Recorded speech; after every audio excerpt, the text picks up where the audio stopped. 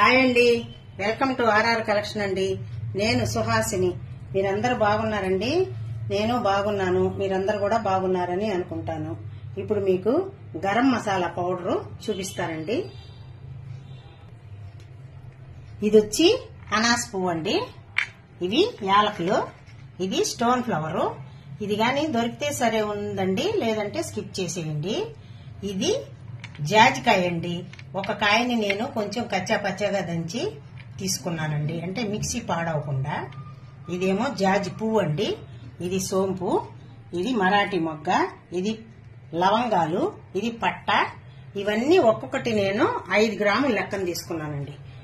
మీరు కావాలంటే 10 గ్రామ్స్ అయినా తీసుకోవచ్చు.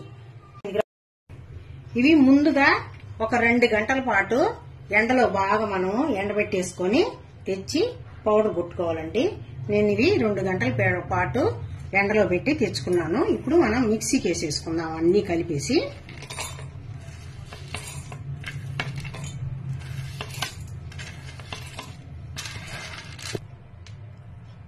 ఇప్పుడు ఈ విధంగా మనము మిక్సీ పట్టేసుకున్నామండి.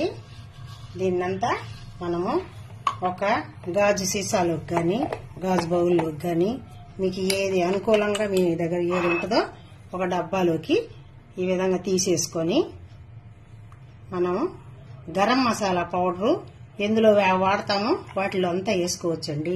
బిర్యానీలో గానైతే కొద్దిగా ఎక్కువగా వేసుకుంటే బాగుంటుంది. బిర్యానీ చేసేటప్పుడు దీనికి ఇంకొకటి కాంబినేషన్ ఉంది, ఆ పౌడర్ కూడా చేసి మీకు బిర్యానీ చేసేటప్పుడు చూపిస్తానండి.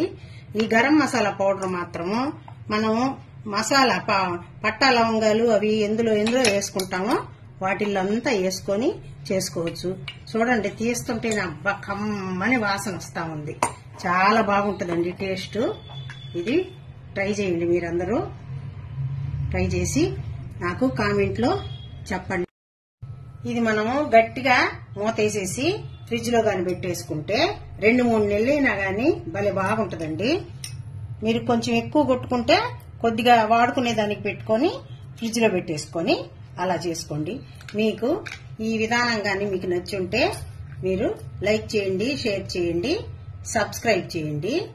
నా వీడియో కంటిన్యూగా ఇంతసేపు చూసినందుకు మీకు అందరికీ ధన్యవాదాలండి. బాయ్ అండి.